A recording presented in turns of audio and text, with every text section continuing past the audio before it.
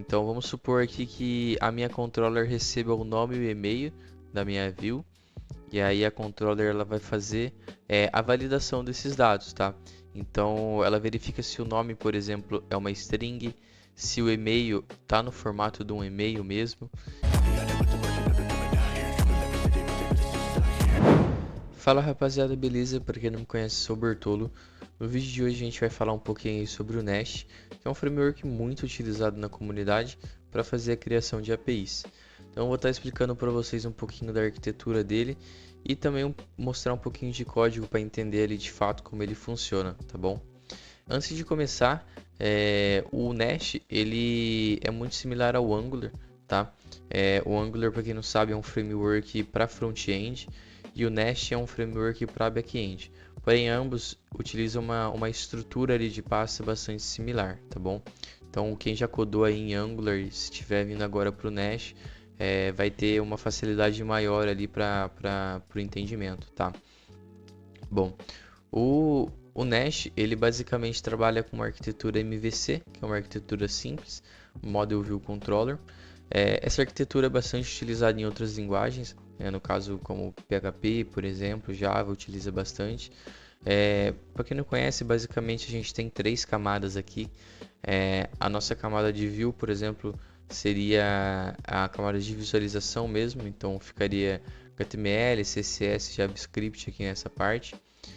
Aqui a parte da nossa controller, onde ela seria responsável por lidar com as requisições HTTP. Então ela recebe os dados ali da nossa view e faz as tratativas necessárias ali. Dando tudo certo com essas validações, a nossa model ali ela é responsável por lidar com o nosso banco. Então ela representa uma tabela, uma entidade no nosso banco de dados. Basicamente esse aqui ele é uma explicação rápida do que é o MVC. Tá? Uma particularidade do Nest aqui no caso, em muitos dos projetos é difícil você encontrar essa camada de view aqui nos projetos Nest, porque o Nest ele é um framework focado para a criação de APIs mesmo, tá? Então geralmente a parte da view aqui é algum projeto à parte para o front-end, como no caso utilização do Angular, por exemplo. Embora você ainda consiga fazer a configuração do Nest para você conseguir fazer a renderização de uma view, tá? De uma visualização. Então, se a gente vier aqui direto na documentação, a gente pode pesquisar por handlebars, que essas handlebars elas são basicamente um motor para fazer a geração dinâmica dessas views, tá? Então, pesquisando por handlebars, aqui direto na documentação do Nest, a gente consegue seguir o passo a passo aqui e fazer a configuração, tá bom? Então aqui a documentação própria fala para a gente fazer a instalação aqui, ó, --save, HBS de handlebars, e a gente faz a configuração aqui no arquivo principal, que é o main.ts, e para conseguir fazer essa renderização, tá bom? Mas a gente vai focar aqui um pouquinho mesmo na parte da criação de APIs hoje, tá? Bom, pessoal, para ficar claro aqui o entendimento do MVC, eu vou dar um exemplo aqui de um processo de criação de cliente, tá? Então, vamos supor aqui que a minha controller receba o nome e o e-mail da minha view, e aí a controller ela vai fazer a validação desses dados, tá? Então, ela verifica se o nome, por exemplo, é uma string, se o e-mail está no formato de um e-mail mesmo, e aí, dando tudo certo, ela envia para a nossa model e a model ali vai fazer a persistência desses dados. E aí a minha model pode até, por exemplo, retornar o ID do cliente que acabou de ser cadastrado para minha controller. Controller pegando esse ID, ela pode também retornar ali uma mensagem de sucesso, só para o meu usuário saber que a requisição dele deu tudo certo, né? Que não deu nenhum erro. E aí, pessoal, o Nest ele ainda adiciona mais uma camada no meio aqui da controller da model, que é basicamente a nossa camada de service, tá? Para ficar mais fácil, uma outra ilustração aqui é basicamente o mesmo esquema que eu acabei de explicar. Então a model, a view e a controller ainda estão com as mesmas responsabilidades, né? A única diferença é que vai adicionar uma camada a mais, que é a nossa service. Então, ao invés da controller ela requisitar direto a minha model, ela passa antes pela service, tá? E o que que essa service faz? Ela é responsável pela regra de negócio do sistema, tá? Então, após a validação de dados da nossa controller, ela vai chamar a service responsável. Então, como a gente está aqui, por exemplo, num contexto de cliente, muito provavelmente a minha service chamaria cliente service, por exemplo, por convenção no caso. E aí, nesse exemplo aqui de cliente, aqui eu coloquei que a gente tem um exemplo de, por exemplo, 3 tabelas no nosso banco. Eu tenho uma tabela de cliente geral, como se fosse dados gerais que todos os clientes possuem. E aí eu tenho uma tabela de pessoa física e uma tabela de pessoa jurídica, dependendo do meu cliente. Então, dependendo do dado que eu envio, eu vou ter que cadastrar essa informação em tabelas diferentes. E quem vai decidir esse processo, essa lógica, é justamente a minha service. Então, se eu enviar um CPF, por exemplo, eu vou ter que cadastrar o nome e o e-mail, que é uma informação geral que todo cliente tem, na minha tabela de cliente, e o CPF na minha tabela de CPF.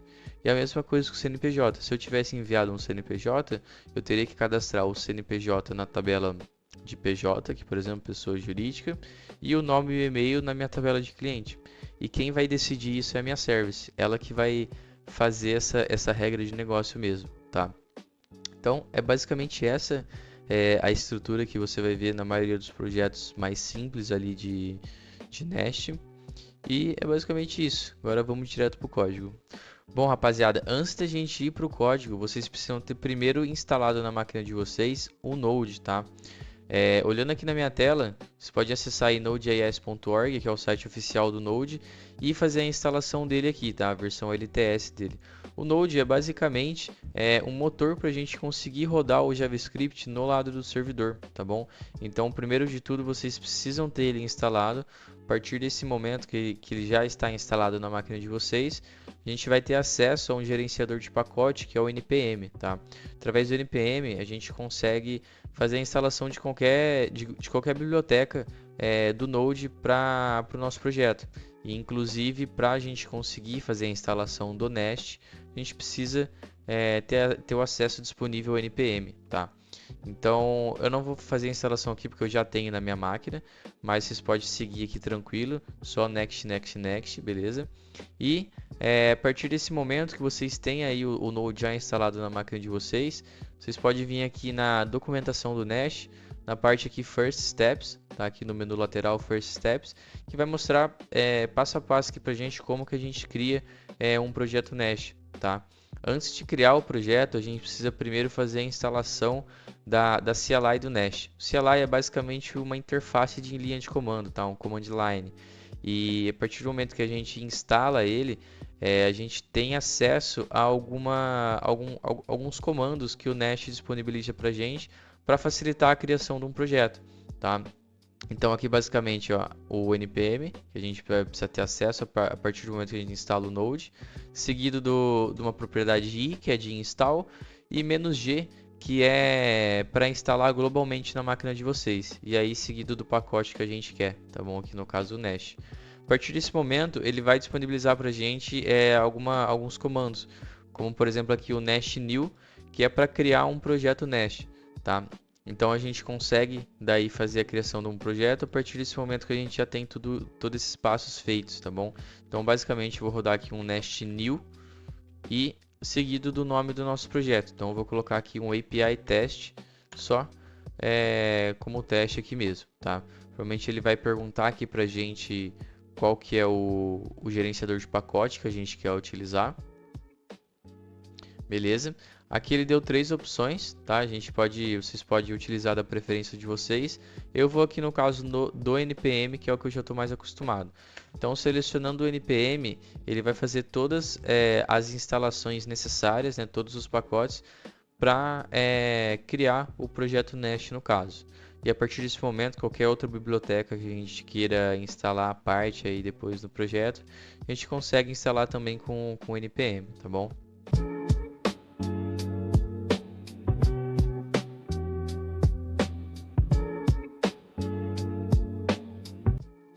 Bom, pessoal, já instalou aqui o nosso projeto, ele já até deu aqui algumas sugestões de comando. Então aqui um CD, por exemplo, para a gente entrar na nossa pasta do projeto, e o npm run start, que é para rodar o projeto aí no caso, tá? Então eu vou acessar aqui a pasta API test, beleza? E eu vou dar um code ponto aqui para abrir o meu VS Code, tá? Beleza? Abriu aqui o meu VS Code. A primeira coisa que a gente tem que ver aqui é a pasta source, que é onde fica ali todo o nosso código mesmo. E o arquivo principal aqui, pessoal, que é o arquivo que inicia a nossa API, é o main.ts aqui, que é nada mais do que uma função bootstrap, que ela é executada logo em seguida. E aí ele utiliza aqui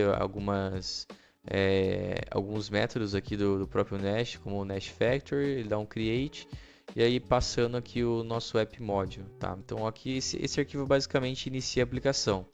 E aqui ele fala que ele vai rodar na porta 3000 ou ele vai pegar o valor da variável de ambiente port, se a gente tiver alguma variável de ambiente. Como aqui no caso a gente não tem, ele vai rodar na porta 3000 aqui mesmo, tá?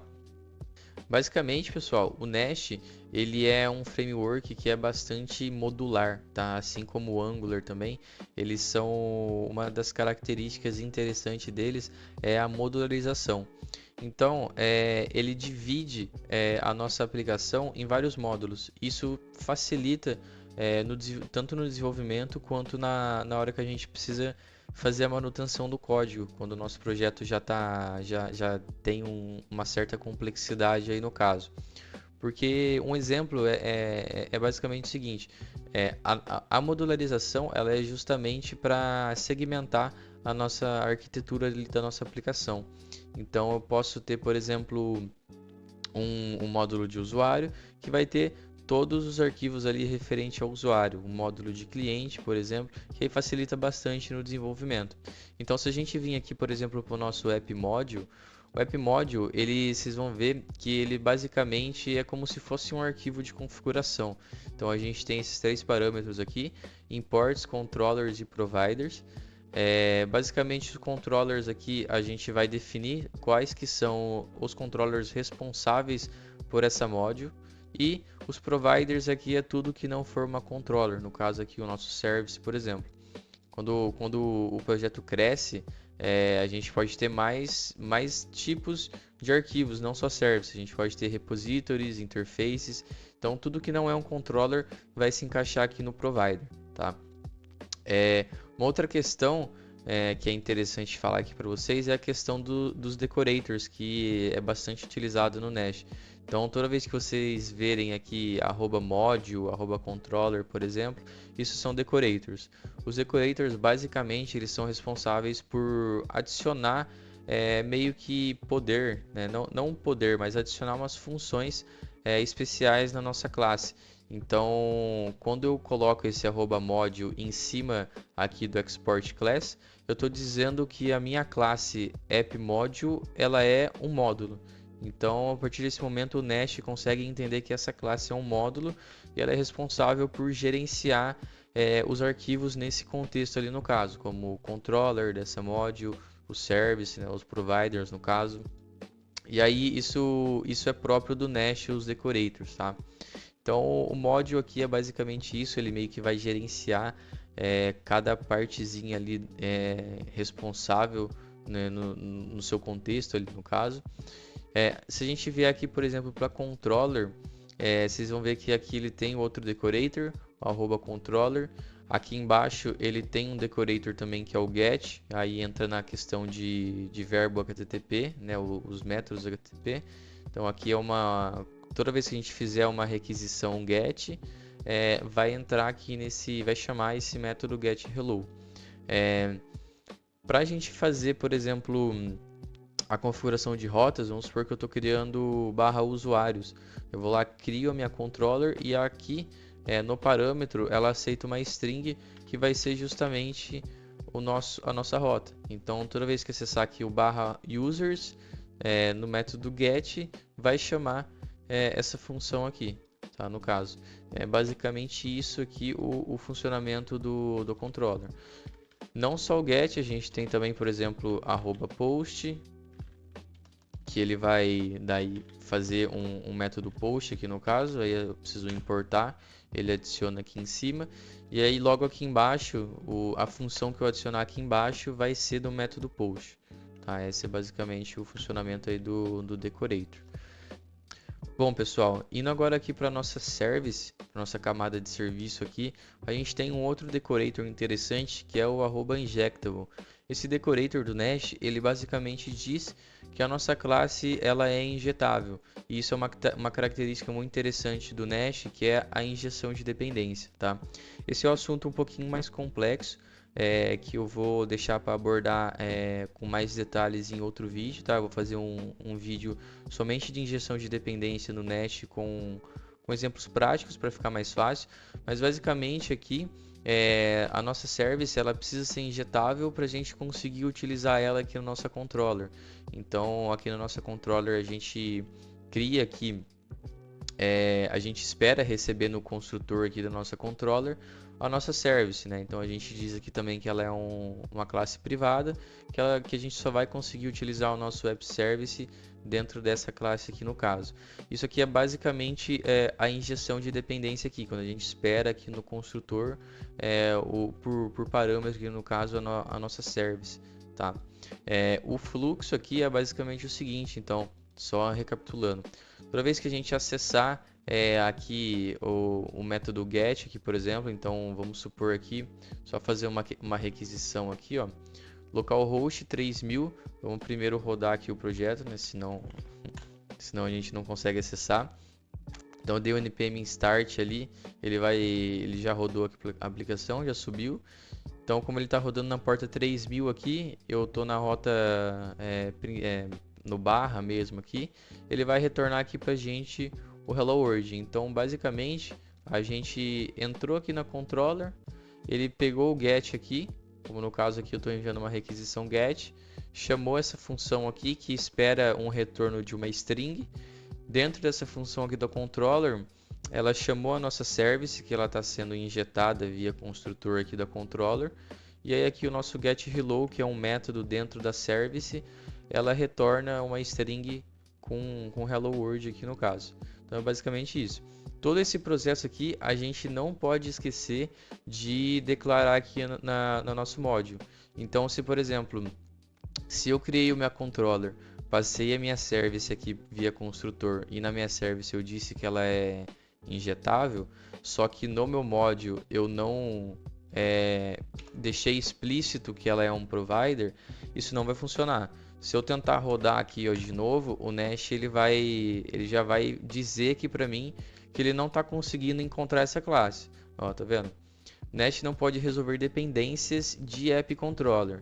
Então é basicamente isso, a gente tem que deixar bem explícito aqui que a nossa service ela é injetável, então ela é um provider aqui no caso, tá bom? Uma outra coisa interessante, pessoal, é a questão do command line que eu havia comentado um pouco antes, que ela facilita para a gente a criação dos nossos módulos, dos nossos controllers aqui.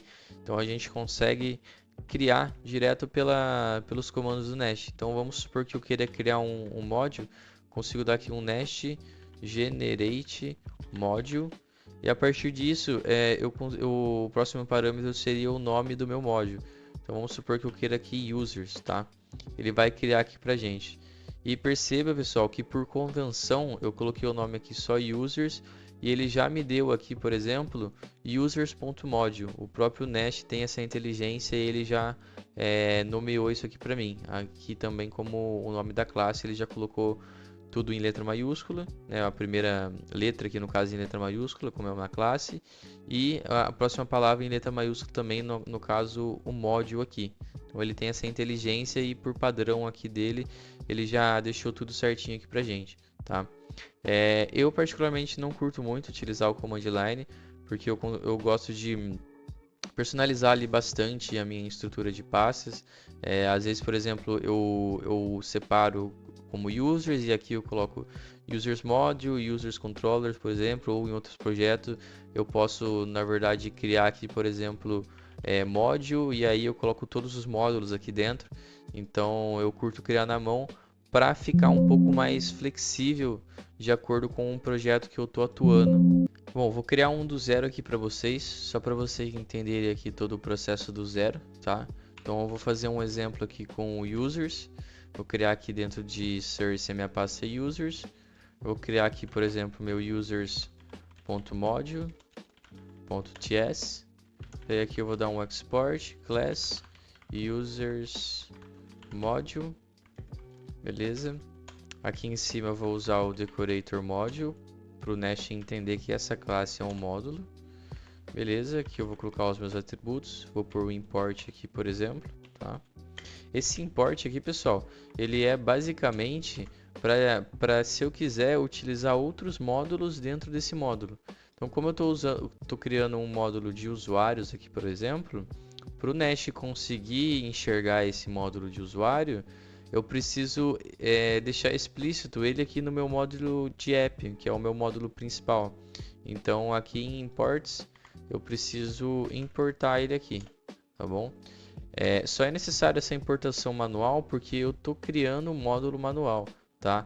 Mas se vocês criarem, por exemplo, pela interface ali de linha de comando, o Nest com a inteligência dele já vai colocar o users módulo direto aqui para vocês, tá bom? Beleza, então voltando aqui, os meus imports, minhas controllers aqui, por exemplo, e os providers. Beleza. Vou arrumar aqui o slint, beleza? Aqui eu vou criar agora o meu users.controller.ts, beleza? Export class usersController, ok? Aí aqui em cima eu vou colocar o decorator@controller para o Nest entender que essa classe vai receber as requisições. E como é users, eu vou colocar aqui um /users, beleza? Aqui eu só vou colocar um construtor para inicializar a classe, ok? E aí aqui eu vou pôr, vamos supor, por exemplo, vou colocar aqui um @get mesmo, que daí ele já importou aqui em cima do nest.js/common.